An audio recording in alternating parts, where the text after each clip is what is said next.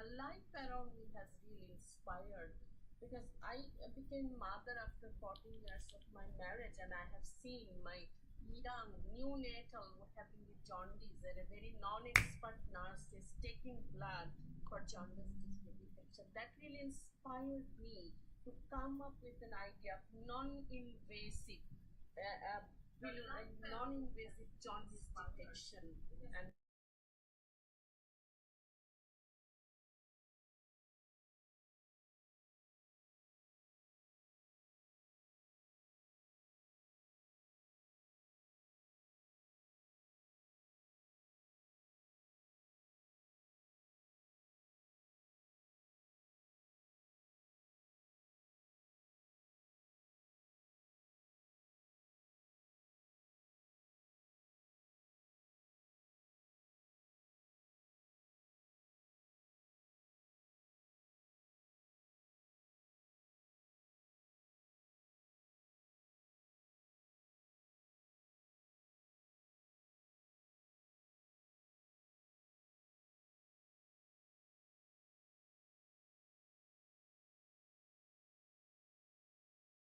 I didn't just want to solve their problem.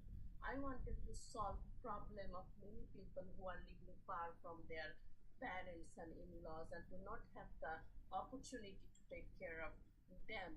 So this is very important. So instead of smart stick, I have developed a smart hat so that it is really comfortable for them. And also, in front of my university, I have seen a beggar, disabled, who is begging, and somebody is always helping me.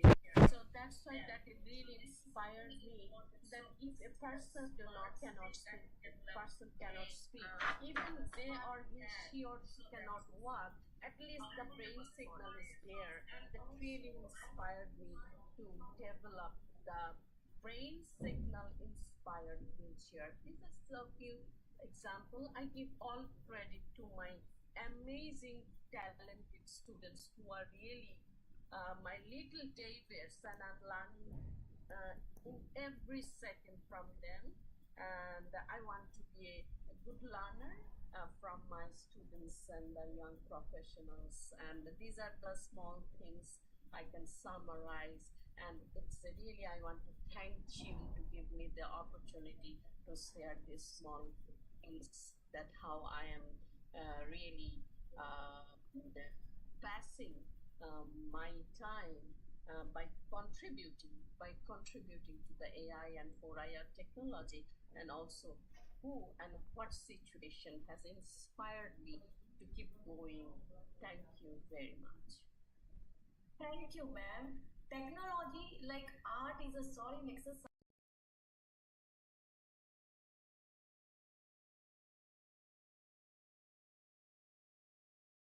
Then how you worked hard to help the society. It's truly fascinating to hear about the motivations and experiences that have driven you towards such contributions, such significant contributions in this fields. But in spite of having many females doing great in STEM education, we still see a gender gap, lack of opportunities, or maybe lack of awareness. So let us take this question for our next panelist, for Jessica, ma'am. What work is being done towards bridging the gender gap in STEM fields, particularly in Southeast Asia, ma'am? Thank you. Thank you for having me here today to talk about such an important topic, firstly. Um, from a business angle, I mean, at Microsoft, we recognize the importance of diversifying the AI workforce, and we're investing in many countries in Asia, especially in Southeast Asia, to advance the cloud and AI ambitions of those nations and those people. Satya Nadella, the Microsoft CEO, was recently in Southeast Asia, where he announced some enormous investments. So he announced 2.2 billion US dollars just for Malaysia and $1.7 billion in Indonesia alone. And they were both the single largest investments in Microsoft's operations in each of those countries, respectively. So it's an amazing time for bold ambitions, and there's the investment to support those. And we're also seeing a lot of gender-focused skilling initiatives and community groups across Southeast Asia, which are fantastic at exposing and encouraging more girls and women alike to both get involved in STEM. And a strong example of that is a program called Code Without Barriers, which offers skilling, mentorship, community engagement, and even hackathons across Asia. And it's through joint initiatives like these where we can specifically focus on helping women advance their skills in areas such as AI. And through that, we can cross-pollinate the knowledge and, supercharge the adoption to make sure that no girl or woman is left behind on this exciting journey. Thank you, Jessica, ma'am, for highlighting the crucial efforts being made to bridge this gender gap in STEAM. And your insights are truly invaluable in understanding how we can create more inclusive environment for future generation. When there is a will, there is a way. Doors of opportunities are always open for us, but always the roads are not smoother. And all the leaders, all the panelists here might have gone through bad patches in their professional journeys, but today they are successful and they are inspiring personalities for all of us. So let us have the next question for our Ramlatha ma'am. Ma'am, what were some of the biggest challenges you faced as a woman entering and establishing yourself in the field of engineering, and how did you overcome them? First of all, thank you, Forum, thank you, Ignas, and thank you, Region 10 Women in Engineering, for inviting me to be here. It is an inspirational panel. Thank you so much. And for the question, the biggest challenges I faced as a woman, my entry into engineering itself was a challenge, I'll tell you. Nancy Grace Roman, she said she's a NASA scientist, and she said, I still remember asking my teacher whether I can take up mathematics instead of Latin, and she looked at me weirdly and sneered, "What lady would take mathematics instead of Latin?" So that was the and she went on to invent the Hubble telescope. So that was the initial reaction when I said I wanted to enter engineering. All my relatives said, "What? You want to go into engineering?" And they started my from that onwards, for the past 40 years, I would say, every step of the way, I have found that fighting for our rights is the basic thing that we need to do. And that was the reason I entered into this women empowerment passion, I would say. I started engineering in a place called Anna University, and this Anna University is like an overnight journey from my town. I'm in a deep south town. From there, I need to travel for overnight. And that was the first thing that was against me. And after graduating, my father and mother, they were very supportive, but the other extended family, they were not very supportive. But even then, because of my parents, I was able to do my engineering. And slowly after that, when I wanted to join uh, an engineering firm called Bharat Electronics, which is a government one and a very good one, again, I was opposed on the basis that it is out of the state. I am in Tamil Nadu, and my job was in Bangalore, which is out of the state. So even my parents could not digest it, and they said, "No, there is no need. You can either take up something close to home, or you need not work at all." So again, that was a fight. But again, I need to at least follow some of the things when my parents say it is imperative. So I had to. And in every step of the way, I found that even in academics, when I took up academics, even in academics, there is gender bias, absolute gender bias from the beginning to the end. And that was the reason many of the positions have not been actually entered as by a woman.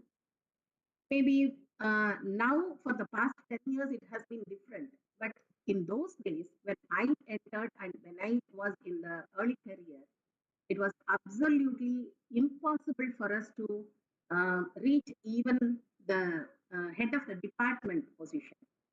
And again, I fought, I showed my mettle, and because of that, I was able to reach as the head of the department and dean. And naturally, I was also able to be the controller of examinations, and all those things. Slowly, people have started realizing. But the challenge is always the first person. The first person, when they need to sensitize the other gender, sensitize the leader positions, the leader people in the organization, it is really tough, it is really difficult. And again, in IEEE, I started as um, the chair of my student branch, I mean, the counselor of my student branch. And once I started, because I started the women in engineering for the first time in my university, the section also requested me to start women in engineering in the section, and I became one of the execom members. Slowly from there, I reached to the Region 10 because I organized the Congress, Region 10 Congress for the first time for women in engineering in 2008. And again, I found that wherever there are women leaders, lot of encouragement. At that time, actually, the Region 10 director was Yanina Mazierska. So she was absolutely terrific. She is an amazing woman and she encourages people like anything.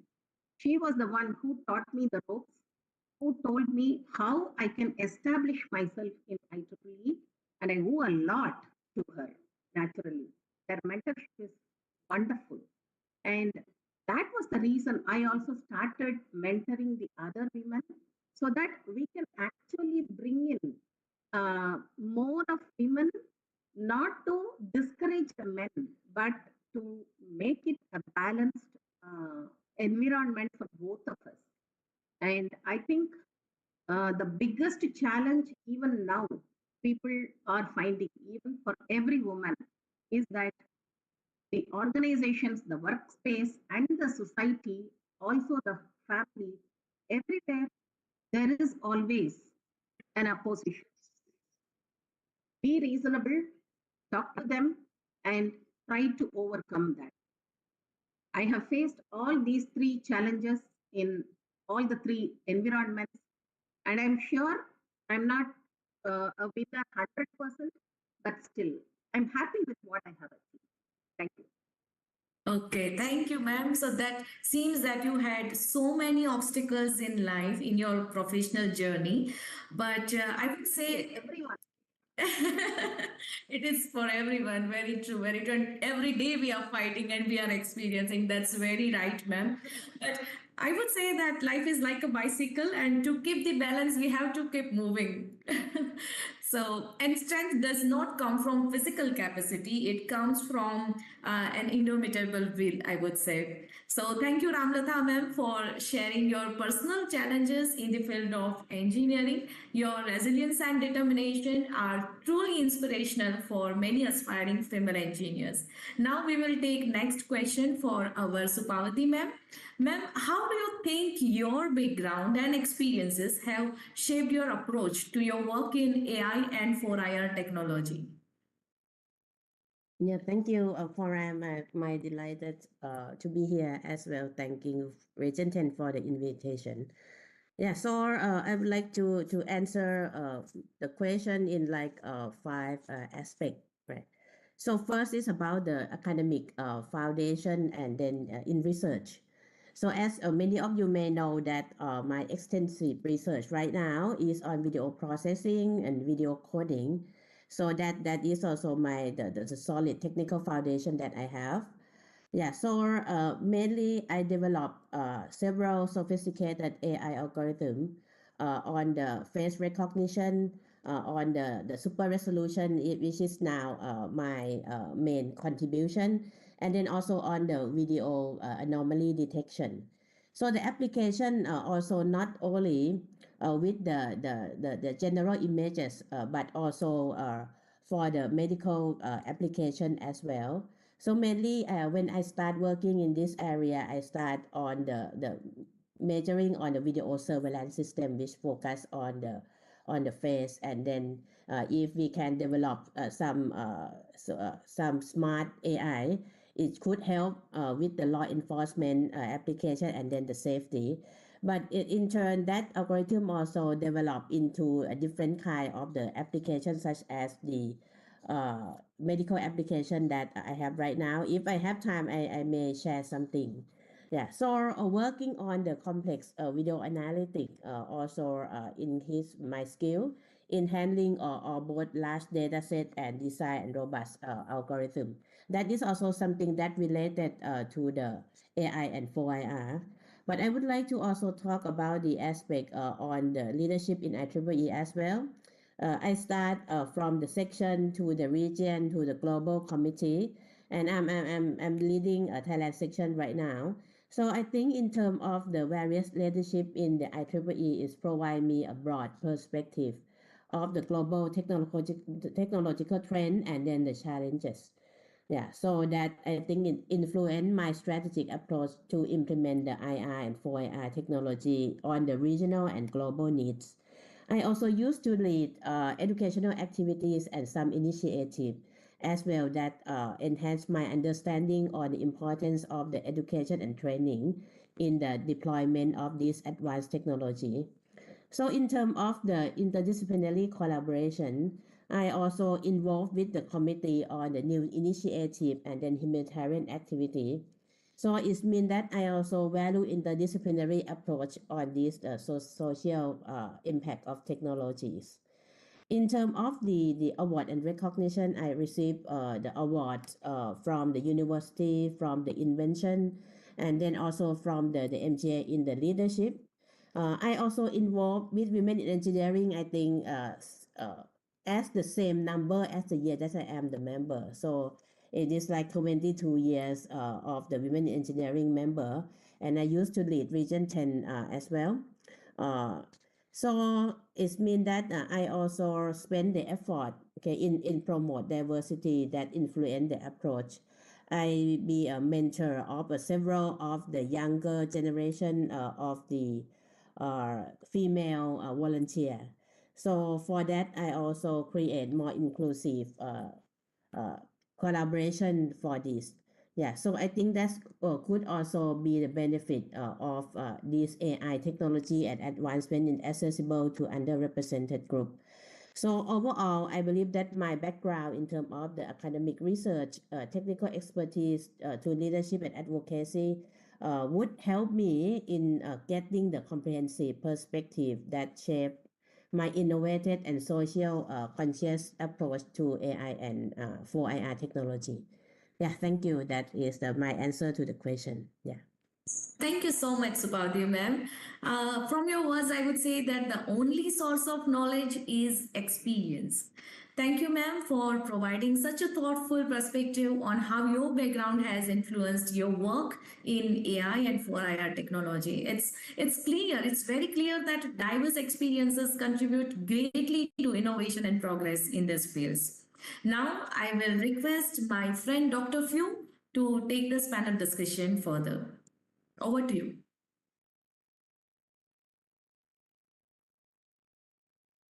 Dr. Few? I'm sorry, I mute that. Okay, I will carry on from the round two discussions. Okay, from this round two, shall we discuss about the industry trends and opportunities for women in AI and 4IR technology? So the first, Prof. Celia, I would like to ask you the one questions. This is the how do you see the current landscape of AI and 4IR technology evolving? And what opportunities do you think this evolution present for women? Prof. Celia? Yeah, thank you, Dr. Few. It's a very timely and very relevant question. I really give credit for that such question for mentoring to the young generation. So if you look at the region 10 countries, I mean, and especially South Asian countries, agriculture is an important thing, and our agriculturists are the silent heroes. Especially in the perspective of Bangladesh, we have more than 16 crore people, and many years back, we have to buy our own food. Now we grow our own food because we are engaging AI and robotics in our agricultural process. So I can see that AI is directly related to our life and it is reshaping our life. So this evolution is very important. So use of AI in agriculture and food security has been phenomenal for reshaping our life, and maybe in other countries like Vietnam, Myanmar, and many countries. And secondly, our healthcare. During COVID, all my students were sent back to their home and they did not have any internet. But I was trying to keep connection with them. Some of them climbed in the rooftop, some of them climbed in the tree to get the internet connection. But still, they wanted to do the socially relevant project. They wanted to try the data of X-ray, X-ray, ultrasound, CT to detect COVID-19 from that images. So you see, AI is touching our life. And then after 20, when 2021, many of our people are really confused whether they are pneumonia or COVID, and they are having hypoxemia, and many ICU patients are dying, and many of our people come up with idea that how you will apply AI for hypoxemia detection so that some warning can be given to the hospital inpatients so that the fatal death can be overcome. And suddenly I found many people around us are dying in dengue because of the climate change, heat, weather change, and others. Then my students come up with a drone applying AI to really detect the dengue zone detection and spreading the, and they came up with the winner for last year Region 10 climate change competition, robotics for climate change competition. So and another thing is that if you go to our market to serve our generation, it is really important to see whether our food has formalin or not, whether the food is really good, whether the fruits and vegetables are right or not. So people are started, and there are startups, they are trying to use AI to really detect whether the food is rotten, whether there is a formalin. And also, if you go to the storage of agricultural product, people are using AI to really detect that whether there are diseases in those agricultural products so that they can ensure the quality. And also, if you look at climate change, Mm. aliens, adaptation. You work in, Dr. Fu, you work in the power and energy and power electronics area. You know, our industry are moving towards AI and 4IR technology so that we can have more renewable energy integration. Recently, I visited a naval base and I saw that there is a crane that depended on the grid and there was no electricity, the crane was stopped. Then I thought of bringing the idea to my students that why don't we use the solar energy to power that crane so that we can move towards green energy and we can contribute towards climate change resilience. And many of our people, we are really encouraging solar rooftop so that, and when you see miles after miles solar farm, it is not always possible to manually monitor the health of those solar farms. And people are using robotics to see the health of those solar farms. And it has been, and if you look at our windmill, if it is very difficult to have a downtime of the windmill and do the protection. So people are using AI to really maintain those windmills so that they can promote more clean energy. So I can see the revolution of AI and 4IR technology in every aspect of our life. And luckily, my students are involved in those projects. I feel blessed that they are finding those important problems, and we are using technology and publishing our paper not just for our promotion. Actually, it is really important to select a problem around you. We do not need to have a rocket science. We just need to inspire our knowledge. And I used to have a braille machine which was in English, and I used to have a sign language detector which was in English. Then suddenly I felt we are the only nation that has fought for language, International Mother Language Day, 21st February. Then I was telling my students that transform this braille in Bangla language and transform this sign language into Bangla language, so that in one day a disabled person from Bangladesh can really give a video talk using sign language and others. It is really important. Do not forget the root. This is the evolution I can see around me. And also globally, I can see even in Nigeria and others, people are becoming very interested about AI. They are using it in every respect, although they do not have a computational facility like me, although they do not have really a research funding like me, but they do not have a very potential PhD students, but what they have a spirit. So I can see the evolution is very positive.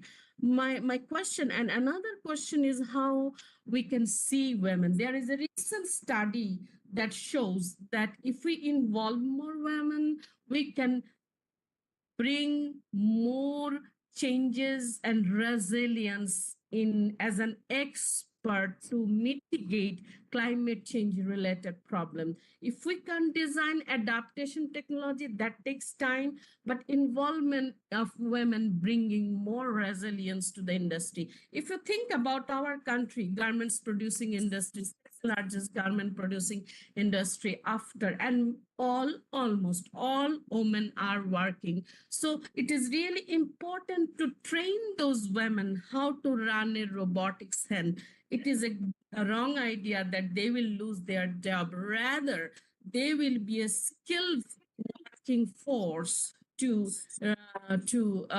support that garments industry.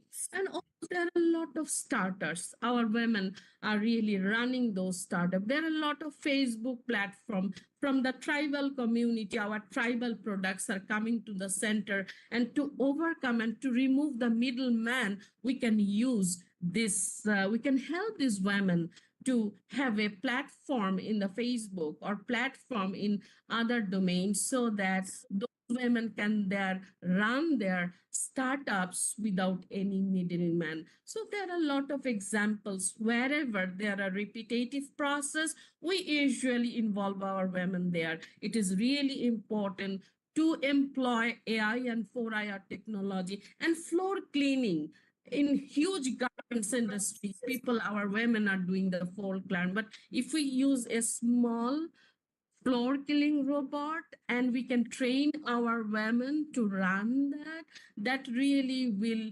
increase the efficiency, and we will have not a new set of women, existing set of women who are reskilled and upskilled in the AI and 4IR technology. So I can see a good optimistic process, although the process are becoming slow, but it has been started, and we have to be optimistic, and we have to promote such technology initiative in our process, so that our existing women workforce can contribute to this evolution process. Thank you very much. Oh, thank you, Prof. Celia. Yeah, this is the very insightful perspective indeed, and then that shape the futures of AI and 4IR technology and valuable contributions of women in this field. As you mentioned that, yes, sustainable initiative AI is being used to optimize every usage, reduce waste, and enhance sustainability practice across the sectors. And the other one, yes, smart manufacturing. I agree with you. Adoptions of IoT and AI for predictive maintenance, quality control, and supply chain optimization as well. So, these industry trends reflect the integrations of these advanced technologies into traditional industries, reshaping the process and business model for greater efficiency and innovation. Thank you, Prof. Celia. Okay, shall we move on to Jessica? Hello, Jessica. Can you share your thought and view? Let's say, what industry trends are you seeing in relation to AI and 4IR? Absolutely. And I know we're getting a bit tight on time, so I'll try and Okay. keep it quick. But to zoom out and look at what trends we're seeing across the board for knowledge workers, I'll reflect on the most recent publication of our Microsoft Work Trend Index, which everybody on the call can find online. So if we think of 2023 as the year of AI, 2024 is about how AI is applied at scale. So we surveyed 31,000 people across 31 countries to develop this report. And the three key findings for AI's implications for work were that employees, firstly, want AI at work and they're not going to be waiting for their organizations to give it to them. So while leaders are typically feeling pressured to turn individual productivity gains into organizational impact, employers aren't waiting for that to happen. And we see that with 82% of AI users in Asia actually bringing their own AI tools to work. And it's not particularly surprising, given that we know that 68% of employees are currently struggling with the pace and the volume of the work that they're doing. And it's also probably worth noting that that's actually significantly higher than the worldwide average. So we have 82% of AI users in Asia bringing their own AI tools to work, and the global average is 75%. So secondly, for employees in Asia, we're finding that AI is really raising the bar and helping break any career ceilings and career barriers. So 70% of leaders in Asia are saying that they wouldn't hire someone who doesn't have AI skills. And 46% of workers globally are considering changing careers and changing roles, which does raise concerns about the talent supply. So there's a great opportunity for people to get involved in AI, and there are fantastic career options now available for all people of all walks of life. And the third one I'd mention is that we're seeing a rise in what we're calling the AI power users. And with this, we're seeing a lot of AI best practice emerge there in terms of how we can bring that to day-to-day roles. So for example, we're finding that power users typically bookend their day with AI, that they're getting leadership to lean in because leadership we're finding are underprepared for this wave of innovation. And they're also experimenting with AI, which is also a really important point because when we're trying to get more females involved in AI and in the technologies associated with the fourth industrial revolution, we really do need management, which is typically male in most industries and disproportionately male, that is. We really need them to be taking those bets on women, to give them those opportunities to experiment, to try new things, because this is incredibly innovative technology. When we look at worldwide AI users, about approximately 50% of AI users worldwide have only been dabbling with AI in the last 12 months, which is incredible. So it's an amazing time to get on that industry trend and be one of the change makers, but it does require you to push the boundaries and it does require your leadership to take some chances on you. Oh, thank you for sharing, Jessica. Yes, these industrial trends yet reflect the integrations of AI into this industry. And another one is that these AI algorithms are enabling hyper-personalized customer experience. It's a personalization as well. It's a retail, finance, and healthcare as well. And another one, yes, as you mentioned, that data-driven decision making because the business are leveraging big data analytic. It's powered by AI for informed strategic decisions as well. So, okay, thank you, Jessica. And can I move the another questions to Prof. Ramalanta? Okay, hi. I just wanted to know what initiative or program have you seen on maybe being part of that effectively encourage more women to enter and thrive in these fields, especially for AI and 4IR? Yeah, wonderful question. Yeah. Yeah, Okay. that's a wonderful question. In fact, AI has become the talk of the town for the past 2 to 3 years um, in terms of bringing more women into AI. Before that, it was only for the students and the other industries, it was concentrated. But right now, people have started talking about how to bring more women into this AI and also other technologies, especially all the technologies like machine learning, IoT, everything. Right now people are realizing that women are um, mastering any of the technology that has been given to them. And one of the talks I arranged for the climate change webinar, I'm part of the tab climate change program committee, and under that I actually organized some webinars to bring awareness to the people. And I found that there is a woman, there is a person has actually have a startup. She has a startup on bringing AI more into the climate change mitigation solutions. And she talked about the whole technology, and it was amazing. And she also highlighted that it is necessary for women to learn AI because one thing is the vulnerable population are the ones who will be facing the challenges of the climate change. So unless otherwise we know how these can be mitigated, there is no point in depending on others. And so it makes it imperative that we need to have some programs to ensure that women are also given equal opportunities in maybe mentoring, motivating them, and celebrating the role models. All these things we need to do to bring in more women. And as far as the number of programs and or number of what to say events, I would say Okay. I'm Okay. Yeah. organizing one of the conferences called Returning Mothers Conference.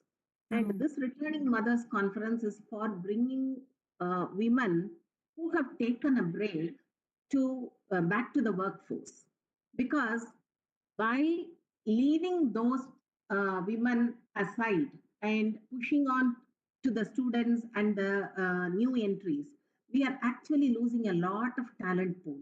And this talent pool can be leveraged to bring in more of the technology enhancements because they already have the knowledge, they've been trained. Just a little reskilling and upskilling will be enough to bring them to the necessary task of bringing solutions for all these problems, the social issues or climate change issues, whatever it is. And though for the past 5 years I've been trying to bring more women, only from past year it has been fruitful, I would say, because we have been able to train more women into upskilling and bringing technological advancement to their knowledge so that they can also re-enter the workforce. It is really important for us to bring in these women and give them a training. And most of the training, of course, a little technological training is important, but more than that, we need to give them that mentorship, motivation, confidence building, and also some of the other things like communication and training them on letting them open into the actual workforce and uh, let them try their hand in the new technology. And that has been absolutely amazing, and it has been working 100%, I would say. And particularly the women are understanding the basics about the healthcare, basics about the climate change, basics about education because they have been taking care of the children, and lastly the home care, that is taking care of the elderly and the children. All these involve AI. Without AI, there is no progress.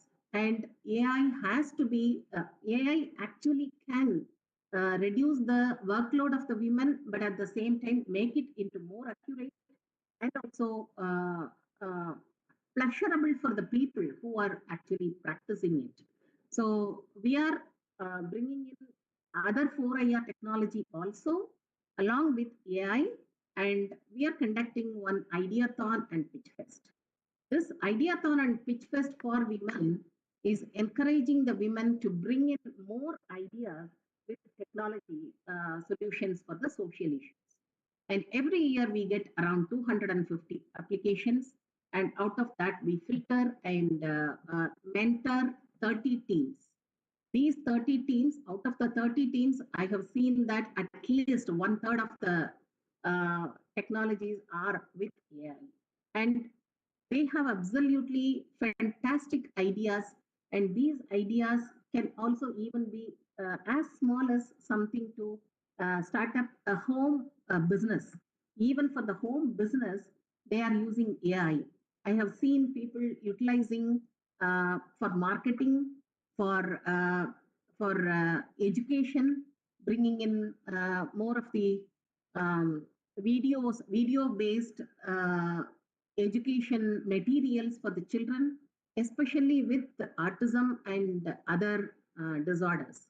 And this has been working wonderfully, and the mentorship also has been working with the women. And these women are ready to take up the next level, that is the starting up. Right. So I'm very confident that in the next 2 years, we will see many women startups, particularly on social enterprises with technology. Okay, yeah, thank you. Yeah, thank you, Prof. Romalanta. Just now you mentioned about this Ratani Mother Conference. Yes, we did together last year, right? So yes, I believe that this initiative helped to create a supportive ecosystem for women, not only in AI and for IR. I think for all industry, women in tech, promoting both entry and advancement in these fields. Okay. Thank you for sharing your insightful talk and perspective, Prof. Ramalanta. Okay. Okay. Shall we move to Subabadi? Prof. Subabadi, can you discuss any specific technologies or innovation within AI and 4IR that you believe hold significant potential for increasing diversity and inclusion? Yeah, thank you. I will point out some of the application. First is like for the education, like if we have the AI power education platform, so it means that it can adapt to the unique need of the student from the diverse background, and also can provide the customized educational content and support. So it means that this would help bridge the gap in education and make the learning more accessible. So for that, the technology like the natural language processing or NLP that could support multilingual education. So even you are the non-native speaker, you can learn in your preferred language. Second is for the inclusive healthcare solution. I think today AI has and machine learning also have improved in terms of the healthcare access for the underrepresented community, right? So some application like the remote diagnostic and personalized treatment plan is possible. We see several of the telemedicine platform that are powered by AI that can offer high quality healthcare service for people in remote or underserved area. So that could help reduce the disparity in the healthcare access. Then in terms of the bias detection and mitigation, today we use AI, we use machine learning, we need to have the data set, right? It is very important that we pay attention to the data set so that it can be the unbiased data set. Because as of now, I think all of the researcher, like for me, I do the research in face recognition and need to have a lot of face data set. But usually the public data set maybe come from US and maybe based on the Western face, because there is a research also that point out that.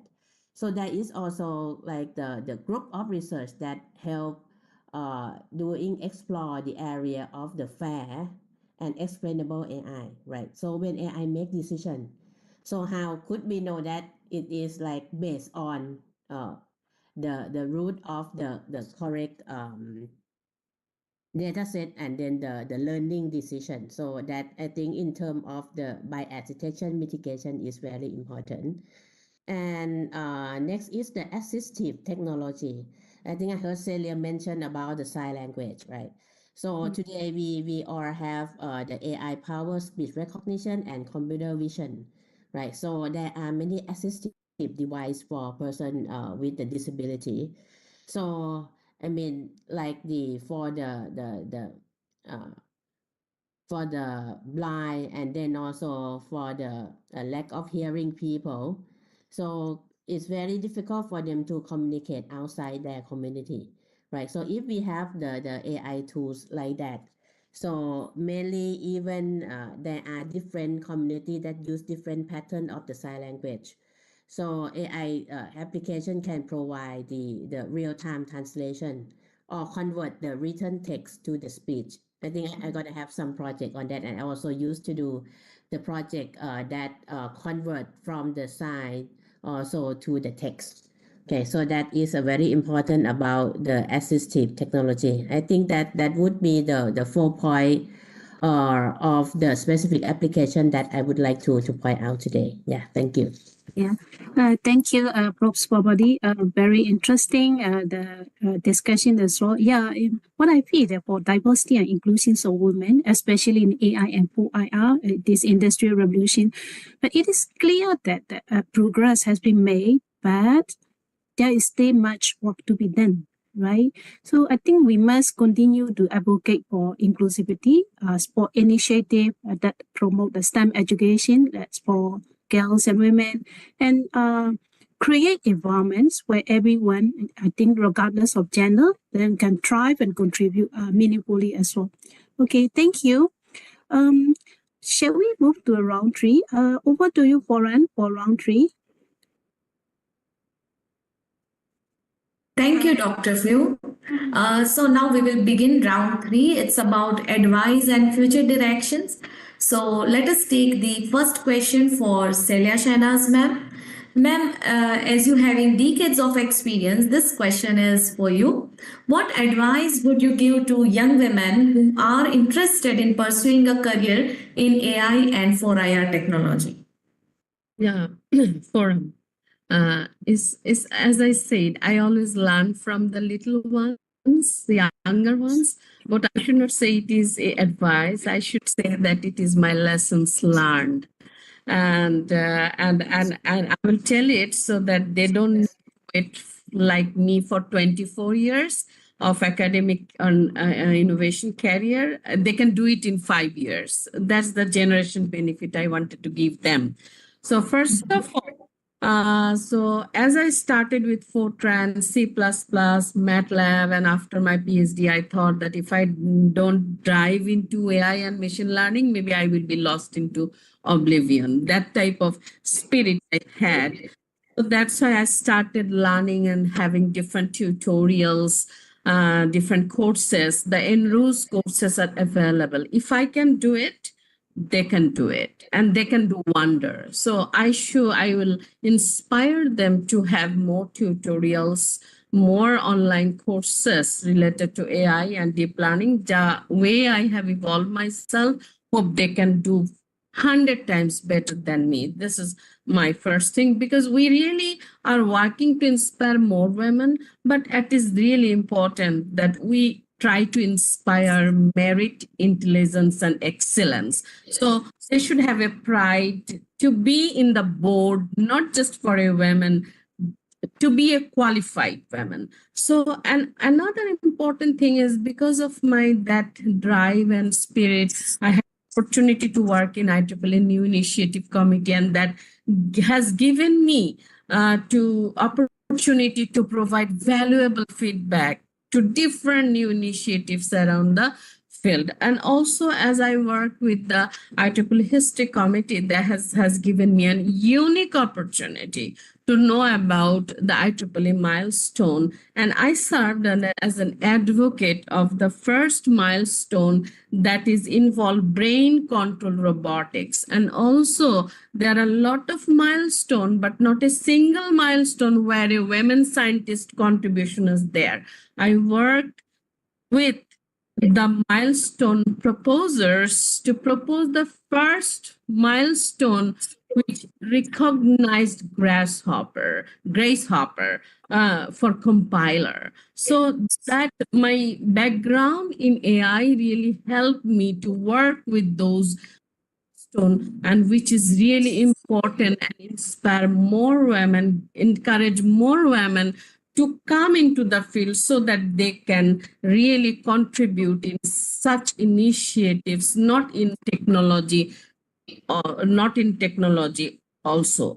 And another important thing that I was the founder of IEEE Week on ECE, Women in Engineering Conference in the area of electrical and computer engineering. We have collaborated with many Indian sections, Thailand section, and this year it will be 10th. The one of the author must be female. I inspire our generation, because when I look into the paper submission as a general chair or a technical program chair, I see majority are AI, machine learning, deep learning in different fields, in nanotechnology, in power, in financial, everywhere. So from my thought, I really give them a boost up that they can come forward, joining, participating in such conference, seminar, and workshop. And also, as a Women in Engineering chair, last year we have launched our climate change and sustainability. And we did many global panels and many collaboration with technical society chapter, where we found that people are using AI for mitigating climate change in the health sector, because our women are vulnerable with their health, and running, visiting in different parts of India, Nepal, Bangladesh, Malaysia. I have seen our women are suffering from skin disease. And our children are suffering from skin disease, but we are feeling shy to do the diagnosis. So it is really important to come forward, the women researchers, to apply AI and deep learning for skin cancer detection. And the tribal women, they do not need to come to the city center. Any community clinic, just having a smartphone, they can really send the data to the server with some security, and any part of the location doctor can really diagnose and send the suggestion to the patient. So these are really important lessons I felt to share with the young generation, that if I can do it, and they can also do it. And also, when I work in the IEEE Educational Activity Board in the Faculty Resource Committee, and because of this background, I could bring many diverse panel involved in Signal Processing Society, Computer Society, Robotics and Automation Society, Engineering, Medicine, Biology Society, Power and Energy Society.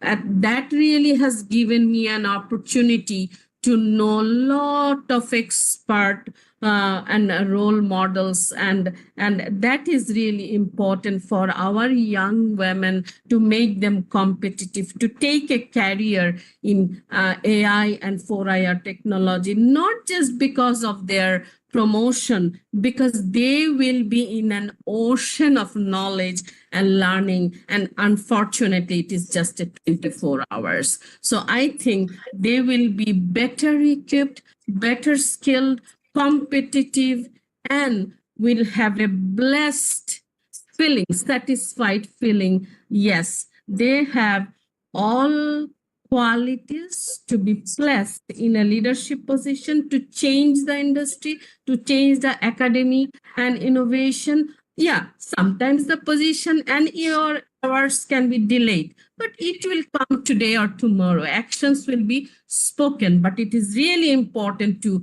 better equipped. So this is the small thing I want to say, the young women. And if you do not enjoy research like me, I really recommend you to be an entrepreneur, to be an employer, not an employee like me. So if you want to be entrepreneur, AI, 4IR technology, cyber security. If you look at the cyber security in different languages to avoid cyberbullying, that is an ever-ending money generating startup. So you can also do it. And also there are area of blockchain and IoT devices. It is really, you can, our women can be a fish farmer. They can really have every village women can, has a pond. They can utilize AI and IoT to have a better feeding of the fish, and they can be fish farmer, they can be fish entrepreneur.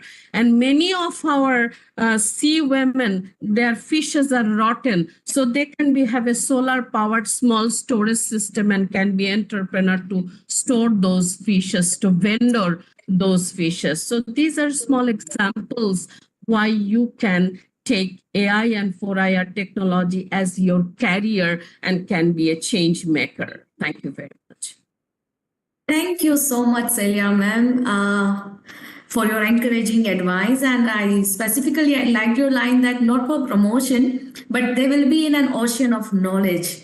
And I would like to add here that the future belongs to those who believe in the beauty of their dreams.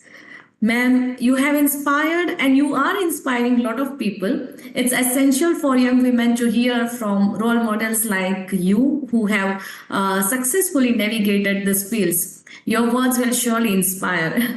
Now, next question we take for Jessica, ma'am. Jessica, ma'am, as you are from Microsoft company, can you please share what role Microsoft and other similar companies playing or planning to play in shaping the fourth industrial revolution? Yeah, thank you. Absolutely. So Microsoft is privileged to play an influential and a multifaceted role because we're not only a leader in the technological innovation space, but we're also an enormous advocate for diversity and inclusion across the tech industry. So to call out 3 key roles that we're playing, we're developing accessible AI first and foremost, and we're doing that by prioritizing inclusive design. And we're working towards ensuring that as AI applications become more widespread and user adoption drives with that, we want to make sure that people of all backgrounds can play a vital role in shaping this technology responsibly and ethically, and especially women. So we're offering and supporting educational programs and training, secondly, to help people gain the skills and the understanding of the skilling and the career roadmaps that are available in line with the fourth industrial revolution. Because while people may have, knowledge of certain things, like nearly everyone has heard about AI in the last 12 months, they don't necessarily know what the career options associated with that are. Or once they do an initial course online, what do they do from there? So we're helping put those roadmaps down and give those people that holistic understanding of what is possible. And finally, I'd say Microsoft is engaging with policymakers around the world to promote a regulatory environment that supports the ethical development and use of AI, while ensuring that the benefits of the fourth industrial revolution are widely distributed and inclusive. And we need to advocate in that space for policies that support women, because we need to make sure we're addressing gender norms and creating a supportive work environment, which in various countries around the world is not a given. So there needs to be that advocacy there. And probably I'll just finish by saying that there is an underlying theme to these points, which is that to ensure that people are skilled up, to make sure people know what is available, there needs to be close collaboration and partnership across industry, government, community, all to make sure that there is that close feedback loop. We can make sure that we know how AI is being used and how the technology and the legislation can adapt accordingly. And given that women are essentially 50% of the user base for AI, they need to be involved to make sure that we can make products and have legislation and regulation that supports what women actually need and want. Thank you, ma'am. It's really exciting to hear about the impactful initiatives and innovations that are driving this transformation. Thank you so much. Now, we take next question for Ramlata ma'am. Ramlata ma'am, as you are educator since years, can you please share how can educational institutions and workplaces create more supportive environments for women in these particular fields? Not know about digital divide. Divide is something which characterizes not being Madam is muted. realized or Ramnatha ma'am, we can't hear you.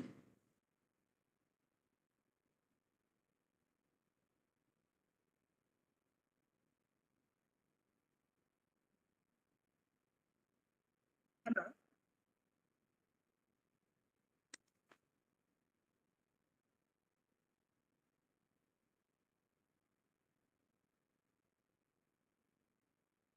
Hello.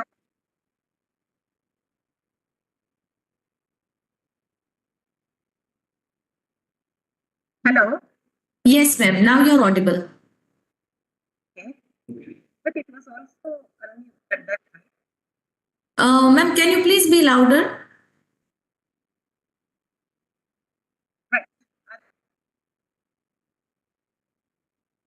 Are you able to hear me? Your voice is breaking a lot.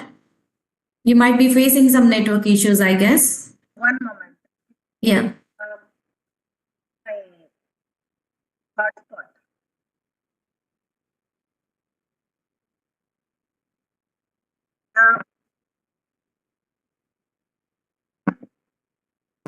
Hello. Yes, ma'am. Are you able to hear me now? We can, but it would be good if you can be louder.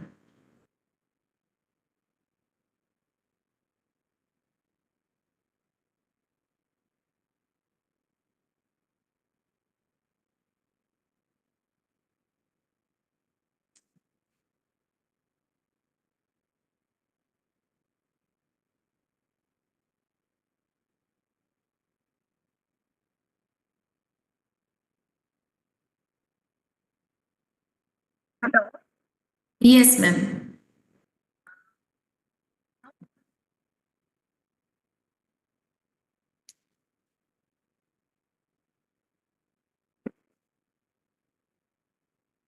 Are you able to hear me? Yes, yes. Now you're audible. Oh, okay. Right. So let me answer the question. I was talking about the digital divide. So though everybody knows about the two characters of the digital divide, still we are not actually understanding the high level information and the assumptions that are which are false in overcoming this digital divide. So the educational institutions and the workplaces should be more supportive towards bringing in the technology, especially for women. And based on this, my startup is also working on some of the events like programs like public awareness program for cyber security. We call it as cyber champions, and it is a video based education awareness program for the school children, and we have created simple videos for nearly 15 videos on cyber awareness about the phishing, cyberbullying, everything. And we deliver it to the school children through learning management system, which is also developed by the volunteers. And this cyber champion is offered in various regional languages of India. So right now we have around 6 languages: Tamil, Hindi, English, Telugu, Malayalam, and Kannada ready. And we are launching it with the help of the Rotary Club. So this is one of the awareness programs that any institution, any school can take up. And every school in India has around 2,000 students minimum. And out of them, it might be around half of the students women. And the awareness that we provide to these women through these educational institutions is such a valuable one that the schools are really inspired to take up this program. So this is one of the programs. And apart from that, the educational institutions actually should inspire more women to bring out their own efforts to become leaders and lead some of the programs in the college or school itself, where the teachers can be the role models and they can not only teach the technology but encourage the women to use that technology for the social issues and bring up their confidence so that they can become leaders in their own rights. For example, the ILS, the International Leadership Summit, the whole purpose of bringing that ILS is to bring in leadership. The leadership in women has to be motivated. Self-motivation is not enough. It has to be motivated and inspired by the external circumstances and external factors too. So that was the reason I proposed this ILS in 2014, and we started this ILS in 2015 through a pilot program. And you can see that it is creating a lot of leaders. Right now, it has become kind of flagship conference. Celia knows about the success of the ILS, and Yes. she has actually encouraged more of the ILS also to happen through the technology. For example, ILS in Raipur, they had AI, ML, and also the women in science, space science, women in healthcare, everything through technology. If we bring the leaders up, then the educational institutions and the organizations, they have to work hand in hand to sustain this leadership, in fact.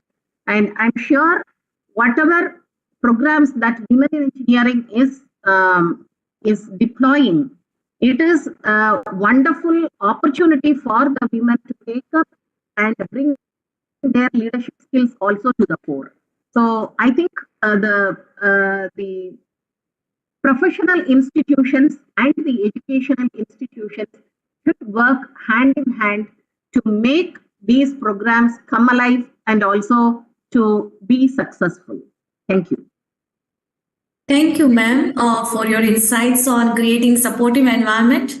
An environment where everyone feels welcome and valued is an environment where everyone can thrive. Thank you, ma'am, for sharing the idea of that program which schools and colleges can take up. And I like the point you shared. Rather than focusing on theoretical knowledge, people should apply that technology in real life to solve the society problems. You also spoke about ILS being taken towards technical areas. The same thing we have applied for this R10 talk. We are making it more on technology side. So it's crucial for both educational institutions and workplaces to adopt these measures to foster inclusivity and support women in these fields. Thank you so much, Ramlata ma'am. Now we take our next question for Supavati ma'am. Ma'am, please share what are the key actions that industry leaders and policymakers should take to ensure greater gender diversity in AI and 4IR technologies? Yeah, thank you, Foram. I think that to ensure the greater gender diversity in AI and the 4IR technology, the industry leader, also the policymaker need to implement multifaceted approach. So this is not just about the fairness, but it's about the driving innovation, economic growth, and also create a more inclusive societies. So some of the key action, for example, like we must promote the STEM education for the women and girls, right? It should be start at the early exposure. I think IEEE educational activity and then also Women in Engineering has already engaged to this program that we could introduce girls to STEM early in their education through the engaging program, workshop, and roles model. So by early exposure, we mean that we could ignite their interest and build confidence. And then the scholarship and grant specifically for women pursuing STEM degree is also crucial. And also establishing the mentorship program that connect female students to women professional in AI and 4IR field is also essential. So that is about the early age for women and girls. Then in the workplace, the create inclusive work environment. I think Jessica has mentioned about that. So that could be the second critical action that, for example, the bias training program could be implemented to raise awareness about the unconscious bias and promote inclusive behavior among employees at all levels. And something other thing like the flexible work policy and hiring policy could also taken into account.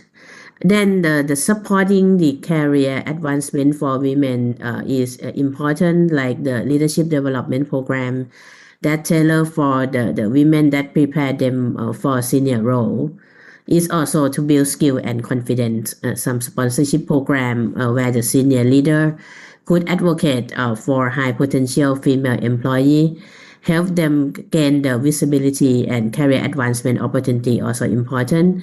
The transparent career path and progressive criteria can also ensure that women have the equal opportunity for promotion and leadership positions. And next, I think the final one I would like to point out is to encourage industry collaboration and partnership. I think today we can see several forms, several industry collaboration and partnership, like the some alliance with the organization that focus on the gender diversity, such as like the Women in AI, Women Who Code, and even Women in Engineering. So that collaboration amplify the effort and impact.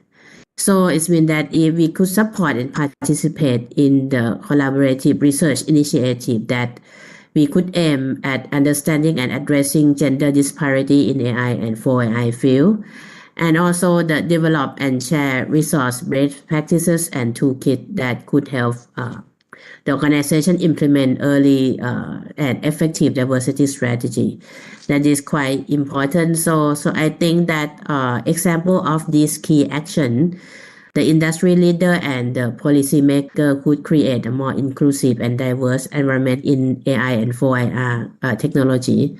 So it could drive innovation in economic growth and ensure the benefit of the advancement and accessible for all. Yeah, thank you. That's my answer to your questions.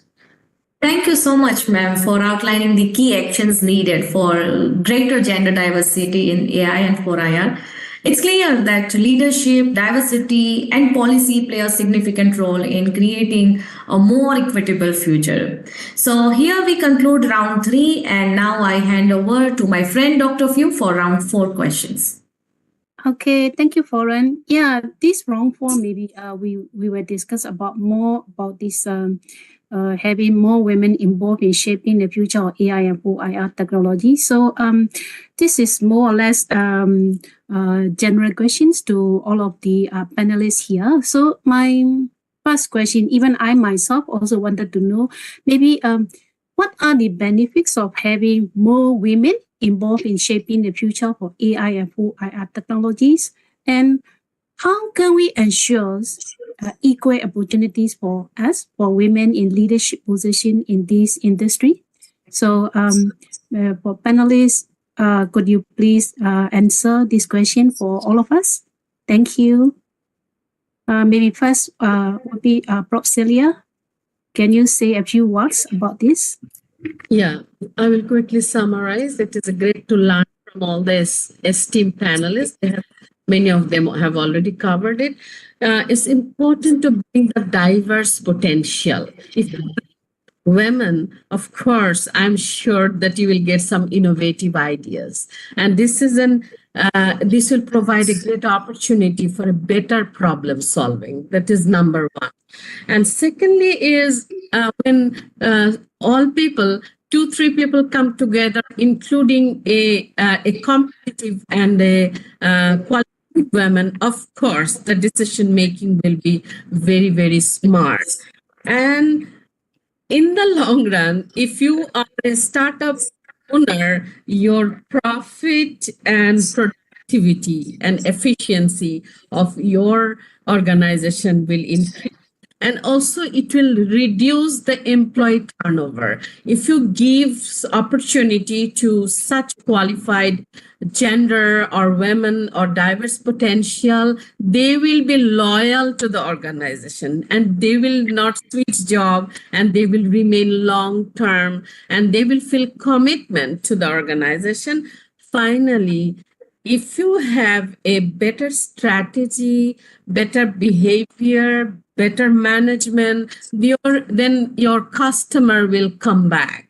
That will increase the reputation and sustainability. And then we do not need to think about 17 United Sustainable Goals. If you bring women in 4IR and technology and other diverse potential, considering their age, membership status, their academic qualification, industry and academia mix-up, if we bring such diversity in 4IR and AI industries, of course, we can lead this smart world. I tell our women are already born leaders, but it is really important to bring more leaders. So what policies we can really, first of all, is policy. If you see a qualified woman in that area, it is important to make sure that whether you have a daycare center at your workplace, because how I have to take my students to every IEEE conference and run my career. And that's not a feasible thing. We really need to have a policy in our work structure. And also, it is important to start from the STEM education, as Supavedi rightly mentioned. It is important to start.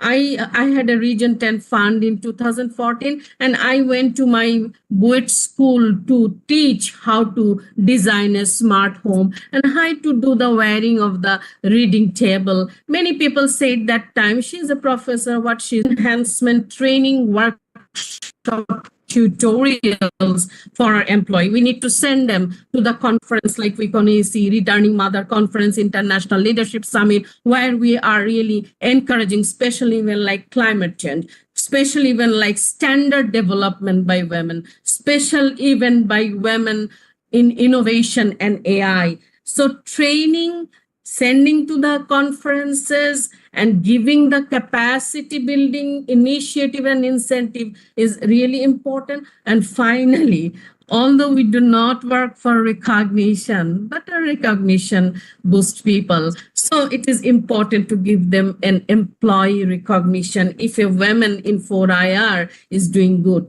However, if the recognition is delayed, that should not take away our spirit, because we are leaders and we wanted to create more clones who will continue our hard work and our spirit. So that is the small items and my few tips I wanted to share, that how diverse and inclusive women involvement in this industry can change, and what are the major 5 pillar initiatives we can take. This is from my life lessons. I just wanted to share what I didn't get. I really do not want that other peoples will not get it. I want to ensure that they get faster than me, and they should not wait for 20 years. Thank you. Thank you, Prof. Celia. This is very inspirational speech, and then have to say I really thanks for about this. Okay, how about Jessica? Can you share small thought about this? Yeah, so thank you. So to summarize kind of where my mind is at for all of this, it's a two-pronged approach. There are benefits for society and there are benefits for women, and we should almost be selfish in that regard to make sure that we're not just helping society, we're taking care of ourselves as well. So society, of course, are going to benefit from bringing women in. They're going to bring a unique perspective, different perspectives. We can obviously help create AI systems that are fairer and less biased, which is obviously more crucial every single day because the technologies are becoming increasingly integrated to different aspects of society. And as I mentioned before, it's such a an obvious statistic, but people seem to forget that women are 50% of the population, so they need to be represented, in the technology that is being put out for society. And then on the women's side, being a bit more selfish, women are unfortunately still disproportionately assigned a significant amount of tasks, such as administrative tasks, sourcing information, relatively tedious and mundane tasks, which we do have the ability to automate and enhance our lives with through AI and through fourth industrial revolution technology. So I think women really need to grasp those opportunities, be involved in how they shape those opportunities, because it's not a matter of replacing their jobs. It's about creating capacity so that they can go on and do something more impactful for society and for themselves as well. So I think that that's something that we really need to focus on. And we also, of course, do need to acknowledge that, unfortunately, there are still many, many, many systematic barriers that women face, which obviously is not a surprise to anyone on this call. So education, mentorship, and culture are really critical that we pay attention to those if we not only want to attract women to career paths in STEM, but also to reduce the digital divide and make sure that we can retain women once they are interested and once they are involved in the field. Yeah, thank you so much, Jessica, for sharing the very useful talk, insightful talk as well. How about the sport body? Can you share a little bit more about this? Yeah, I think in view of the researcher, I think that one of the key benefit of having more women involved in AI development is the reduction of bias in algorithm and the data set I already mentioned about. So I think this is a crucial step toward creating fair and equitable AI system. So when we talk about the bias in AI, we refer to the prejudices that can be unintentionally embedded in the algorithm due to the lack of the diverse perspective during the development. So it can be the unfair outcome that affecting everything from the decision-making process, like in hiring practices, or to the criminal justice. So if increasing the number of women in AI, we could bring the diverse perspective and experiences to the table. Women can help identify biases that their male counterpart might overlook, simply because maybe they see the world differently, that the diversity in the thought and experience is invaluable in the detecting and addressing biases in the dataset and algorithm. I already mentioned about like the face recognition technology, which has shown to be less accurate for women and people of colors. So a more diverse development team might have identified this issue earlier and lead to more inclusive and accurate technology. Okay, so in summary, I believe that having more women involved in AI development is essential in identifying and mitigating gender biases in algorithm and dataset. So yeah, that would be my point on in terms of the researcher. Yeah. Yes, I agree with you. The diverse team tend to communicate and collaborate more effectively, and which can lead to better project outcomes and team dynamic as well, right? So, may I hear a little bit more about this for Prof. Ramalanta? Can you share your thought about this? Are you able to hear me? Yeah. We are clear here, loud and clear. Yeah. Yes, please. Okay. Right. So the first thing is, if there are equal women in every step of the manufacturing process, let us say, the gender perspectives will be shared. For example, I will tell you, we are utilizing the manufactured products at home. There are home care appliances which we utilize. And some of the things are utilized both by the male as well as the female gender. But what happens if a male gender committee or group has designed the product? Most of the things might not be suitable for a female usage. I can give you an example. We have a vacuum cleaner at home, and when we use it, there are two opportunities there. One is for sucking the dust, one is for blowing the dust. I always blow it out. My husband always sucks it in. So we have two perspectives. And unless otherwise, that vacuum cleaner has both the operations, it will not sell. So this is the simple thing that I want to tell everyone. Always the diverse perspectives is important when you are using technology to produce something, to market something. So unless otherwise, we encourage the women to also share their thoughts, to become shy free and maybe competent in technology and also in putting forth their ideas. The balance is not going to happen. So for that, mentorship as well as the motivation is very, very important. Just imagine we have always two choices in life. Which choice you are going to take is in your hands. So we need to encourage ourselves to learn. I studied electronics in from vacuum tubes, but right now we are talking about AI and 4IR. And unless otherwise I choose to learn, I choose to update myself, I cannot be here. So this choice is for everyone. So I think, and everyone is unique. You need not be perfect, but you need to be sincere in your thoughts, in your work, and also in your delivery of your work. So that is one thing I need to tell the young people as well as the women who are on break at home, who's not coming back to the workforce. I want to tell them you can be sincere, and once you start working, you will become perfect. So perfection is achievable, and we need to encourage the women from near us also to bring up more women and also the balance the gender role in workforce and at home also. So Yeah, leadership yeah. position should not be a question for women. It should be an achievable thing for women. That is my thought. Thank you. Yes. I totally agree with you. Yeah, by promoting gender diversity in AI and full IR, then industry can harness the full potentials of innovation and then create technologies that benefits society as a whole, right? So, okay. Shall we move on to the open the floor of the audience for the questions? So.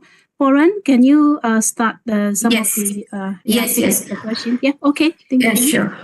So we have one question from Gaurav Pathak. The question is, what strategies can women use to advance their careers in AI and 4IR? Any panelist can answer this question. I repeat the question. What strategies can women use to advance their careers in AI and 4IR? Ramlatha ma'am, please answer this question. First thing is that upskill them. Learning is the basic thing that they need to do. So that is the first strategy. The second strategy is to get a mentor, a lifetime mentor if possible. If not, at least one mentor who can actually encourage them in technology and maybe teach them whatever they want to learn. So the technology has to be something which is close to their heart. So they need to maybe test whether they can actually shine in that particular technology. Because some of the things will be very, very close to our heart, and we will be empowering ourselves, enjoying ourselves when we are using that technology. That enjoy, that is the one thing that is going to help the women to master any technology. If you enjoy it, you will be the master. And similarly, when you apply, have empathy. Think of what you are doing and how it is going to be useful for the humanity. Any technology will have a positive side and a negative side. Try to reduce the negative side and try to enhance the positive side. These two are very important for learners. Thank you. Okay. Thank you so much, ma'am. I want to add to the Lamanatha suggestion. Yes, please. Yes, so maybe the third one would be to advocate yourself by taking on challenging project and showcasing your achievement. I think that is very important. So don't be afraid. You have to believe that you can do it. And then also you need to, the networking is very important. So you need to participate in like the industry group or organization that have several now in the world, okay, to find support and collaboration opportunity. Okay, and then also to maintain resilient and confident in your ability. Yeah, so that would my add on to Lamalata 2 points. Yeah. Yeah, Thank you so much, ma'am, for your answer. I just add one thing. The only strategy for me was train myself. Every time train myself.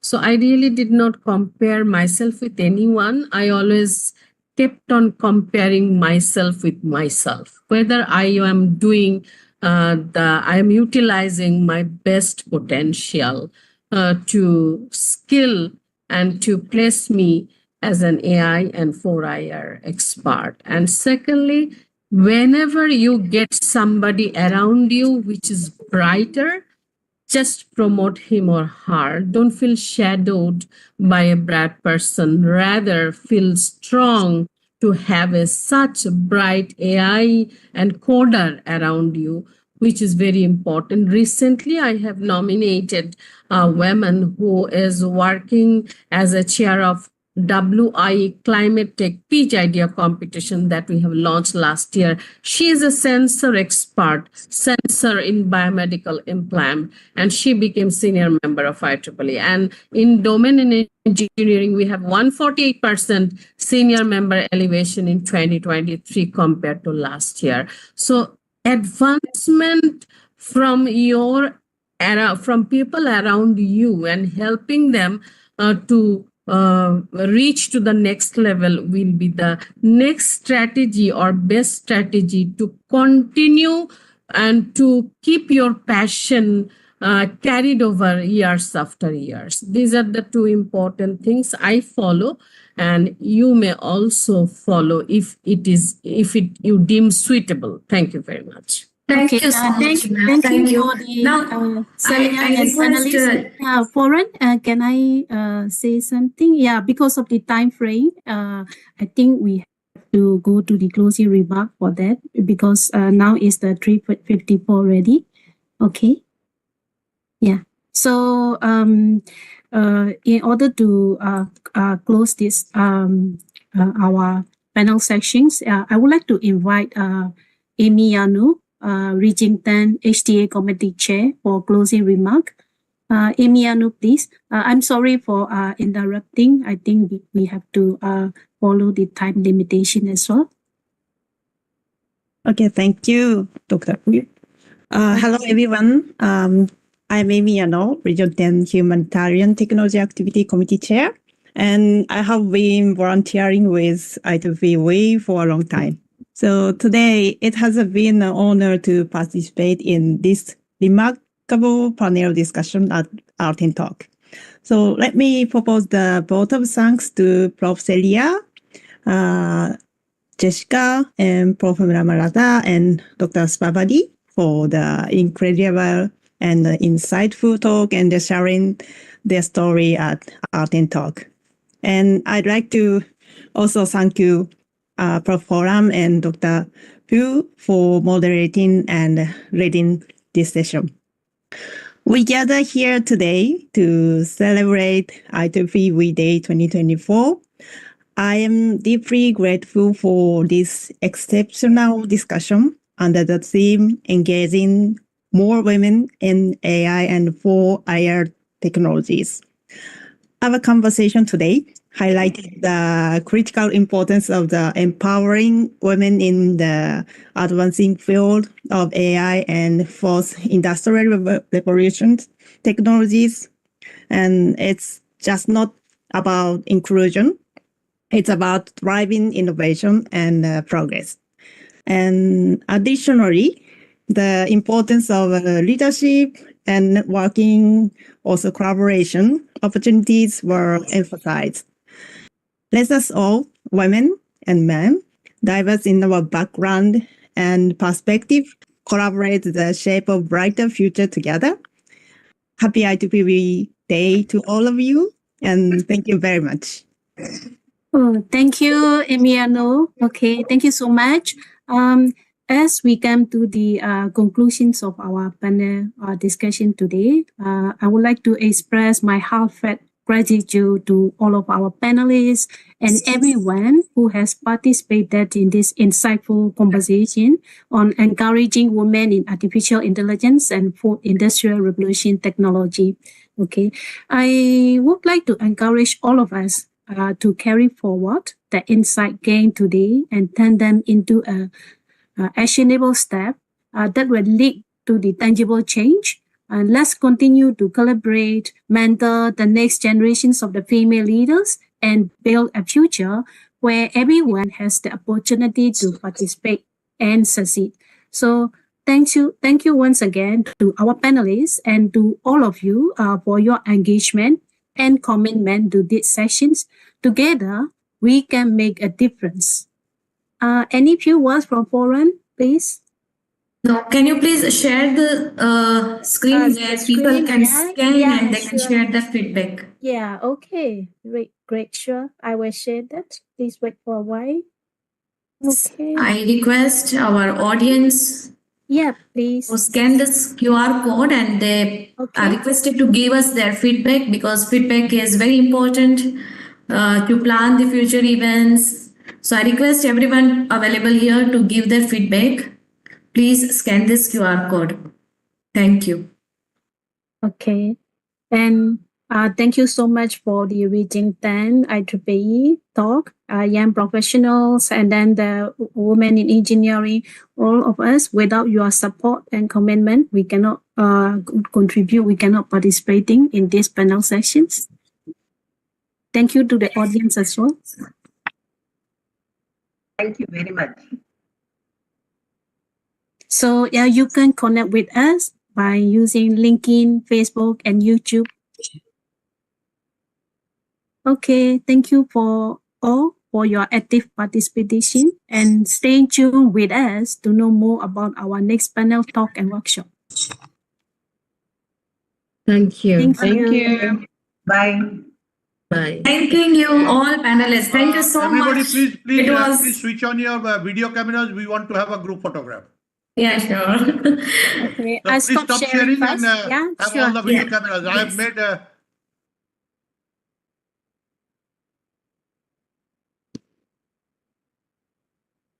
Thanks to our regional. Professor Zia. I think the layout has to be changed. Yeah. Varu, you are there, so put everybody on the layout.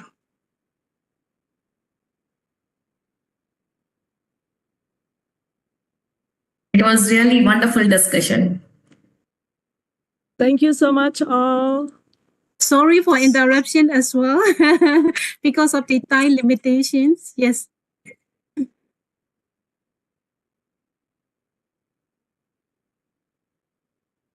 Can we get a picture? Yes, yes. Do you want to you take can you one can have more? the picture. You can have the picture. You Yeah. can take a screenshot and put it. Yeah. WIE.